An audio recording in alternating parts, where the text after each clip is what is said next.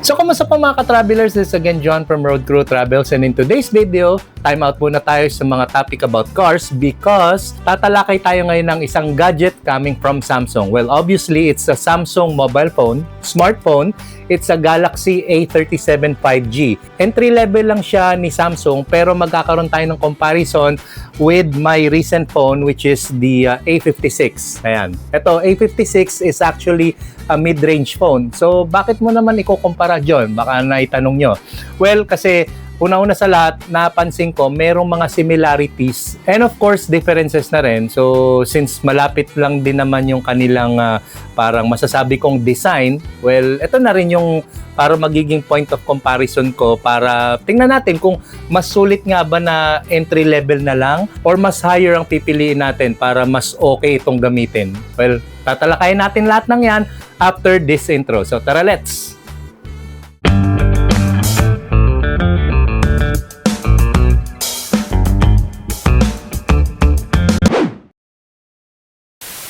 And now back to your regularly scheduled program. Okay, so yun po mga ka-travelers, nagbabalik na tayo sa ating channel and kagaya nga nung sinabi ko kanina, so tatalakayin natin yung isang mobile phone coming from Samsung which is the A37 5G. Ayan. So, ang nilalaman actually ng karton na to, actually tinanggal na namin yung phone. Wala naman masyadong laman as compared before. Marami talaga siyang mga iba pang accessories. Ang laman lang nito is actually yung pin para sa SIM at of course yung kanyang USB cable. Yan. Double Type-C na siya, no? Hindi katulad ng mga sinaunang mga charger, yung mga cables niya is yung isa Type-A and then Type-C. Ito parehas Type-C na talaga. Kasi yung mga ganitong klase is mas mabilis na siyang mag-charge ng mobile phone as compared before na Type-A tsaka Type-C. Nice. Ngayon, diretso na tayo sa comparison mga ka-travelers, kagaya nga rin nung sinabi ko uli kanina. So, i-compare natin siya with Samsung A56, ito siya. And then, ito nga yung Samsung A37. So, physical attributes muna mga ka-travelers. Mapapansin natin dito, mas slim ang A37 as compared dito sa A56. O, diba? Medyo mas bulky nga tingnan to eh. Ito hindi oh. Sleek ang kanyang design. Mas slimmer. And ang overall naman niya is mapapansin natin dito, napaka-glossy yung kanyang design. Ayan oh.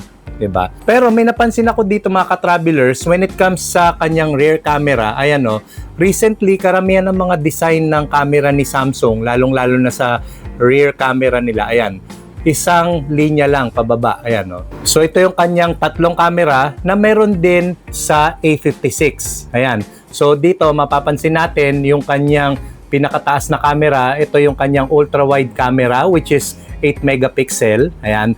And then ito namang nasa gitna, yan yung wide angle camera which is 50 megapixel at yung sa may bandang baba, yan yung macro camera which is 5 megapixel. Ayan. So obviously, karamihan naman din ng design ng Samsung phone is meron na rin siyang front-facing camera. Ayan, oh, mga selfie camera.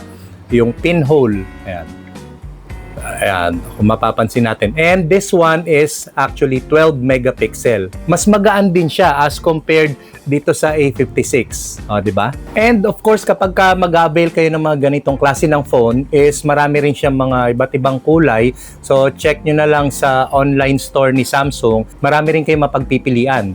Itong ganitong klase ng entry level ni Samsung is made to last with IP68 water resistant. So, ibig sabihin nito is kapag nabasa siya sa ulan or hindi naman yung heavy rain yung mga tipong drizzle lang is kayang-kaya pa niyang ma-withstand yung mga ganon. Actually mga ka-travelers, na-explain ko na rin sa mga previous vlog ko ang difference between water resistant and waterproof. Kasi pagka sinabi mong water resistant, it's not 100% na ire-repel niya talaga yung tubig. So meron pa rin possibility na talagang pasukan ng tubig ang inyong mga gadget. Hindi katulad kapag sinabi nating waterproof, 100% talaga. At a certain level, hindi talaga papasukan ng tubig yung inyong mga gadgets or iba pang mga gamit. So dito, yung kanyang water resistant grade is IP68. So i-research nyo na lang sa Google kung ano yung mga level of resistance ng mga ganitong klase ng device. So when it comes naman sa operating system mga ka-travelers, sabi dito, it is built to last with 6 times operating system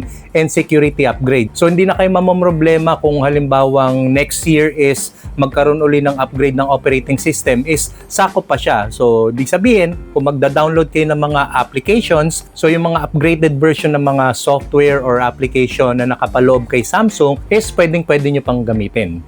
And napag-uusapan na rin lang natin kanina mga ka-travelers yung kanyang physical attributes. Siyempre, wag natin kakalimutan yung kanyang display. Ayan, kung mapapansin natin dito, meron siyang 6.7 inch na display sa kanyang screen. At siyempre, high resolution na rin siya if you're gonna watch Netflix or even YouTube. So, tingnan natin ano. So, punta tayo sa YouTube. So, dito, pansinin natin, panood tayo ng mga YouTube videos. Let's see. So, manood tayo ng isa sa mga music video ni Netflix. Isa sa mga pina-follow kong music video to eh. Okay, so ito naman eh, kumbaga, wala naman tong copyright infringement or something. Ayan. O, diba? Ayan, so kung mapapansin natin, ayan o, napakaganda rin ng kanyang audio output.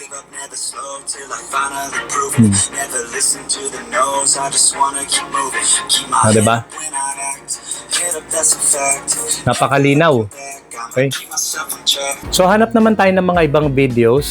So kay Road Crew Travels, ayan yung ating sariling channel. At malaman natin kung gaano kaganda yung kanyang resolution. Salubong sa inyong mahal sa buhay. Ayan, Papunta probinsya kayo, ayan. Makakapamili kayo from diba? Ayan. Ang linaw ng video, diba? Kapag nag-stream, ayan Biscuits, yan. Tapos may mga marshmallows and ganda ron, mga chocolates pa, iba-iba. Diba? Mga chocolates yan. Mga mangga. Ayan, yung diba?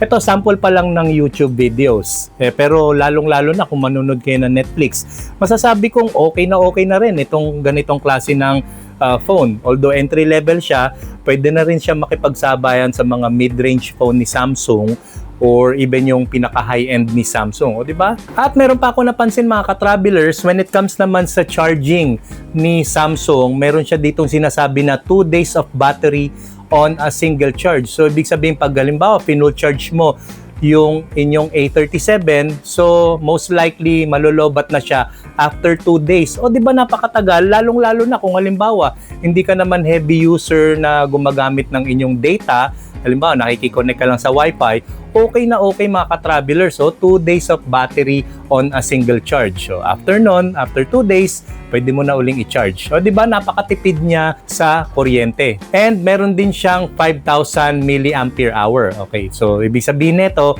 ganun nakabilis yung kanyang pagcha-charge. And when it comes sa storage niyan mga ka-travelers, makakapamili ka from 256 gigabytes and 128 gigabytes. Both phones has 8 gigabytes of memory or yung tinatawag nila na RAM. Okay, so sa mga enthusiast dyan ng cellphone, alam nyo na yan. Ngayon mga ka-travelers, subukan naman natin ngayon yung mga camera niya, both yung sa front-facing camera at saka yung sa rear camera. Subukan natin yung kanyang photo and of course yung kanyang video.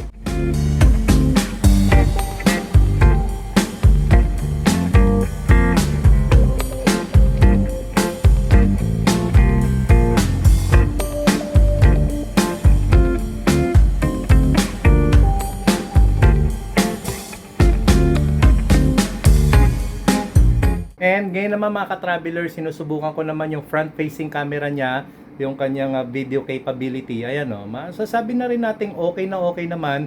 Wala namang lag na nangyayari habang nire-record ko ang aking sarili habang nagsasalita. Ayan o, pwede na rin siya makipagsabayan sa mga mid-range or mga high-end phones ni Samsung. O baka nga pati iPhone, pwede nang makipagsabayan tong A37 na to eh. Ayan o, diba?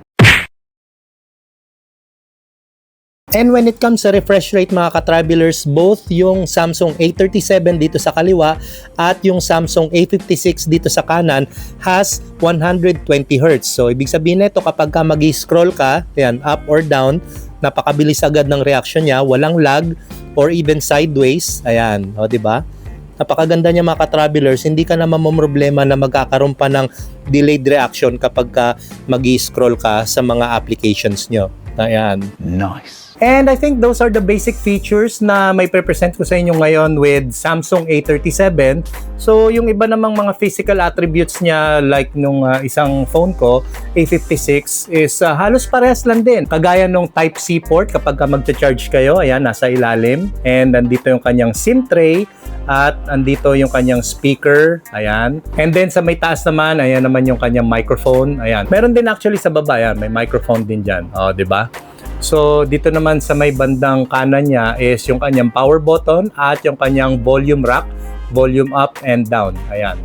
And then, ayan, again, ito yung kanyang camera and then yung kanyang flash. So, ngayon mga ka-travelers, alamin naman natin kung magkano yung ganitong klase ng unit. So, na-research natin mga ka-travelers sa internet at ang kanyang price per unit is 27,000. Pero kung titingnan nyo sa homepage ni Samsung, parang meron siyang discount na 7,000. Ngayon, as compared dito sa nabili kong phone ko, which is yung Samsung A56, ito naman, nabili ko sa mall dito malapit sa amin, 25,000 lang siya. Okay, so nagkaroon pa actually ng discount na 2,000, so naging 23,000 na lang. So, sa tingin nyo, sulit ba ang pagbili ng Samsung A37 o mas okay na rin na bumili ka ng mid-range? Well, depende na rin yan sa budget ninyo. Pero para sa akin, I'll go with the mid-range kasi mas higher ang specs niya. Although meron siyang mga similarities kay A37, pero syempre, when it comes sa iba pang features, mas okay na rin ang mid-range. Tapos, mas sulit pa sa budget ninyo, di ba? Although itong A37 kasi, bagong release lang, kaya siguro ganun yung kanyang price. Pero, well, depende na rin sa inyo. Pero I'll go with this one. Actually, ito kay Mrs. to. Ginagamit niya sa work. So, hiniram ko muna para lang may feature sa inyo. And ito yung sa akin, yung A56. So, sa tingin nyo, sulit nga ba ang ganitong klase ng phone? Well, kagaya na sinabi ko kanina, depende pa rin yan sa budget ninyo at sa lifestyle ninyo kung saan nyo gagamitin ang inyong phone. And that's it mga ka-travelers. I hope may natutunan kayo sa video na to. At kung di pa kayo nakasubscribe sa aming channel, don't forget to subscribe, Road Crew Travels, at i-hit nyo na rin ang notification bell para updated kayo palagi sa aming susunod na vlogs. So till next time mga ka-travelers, maraming salamat at God bless.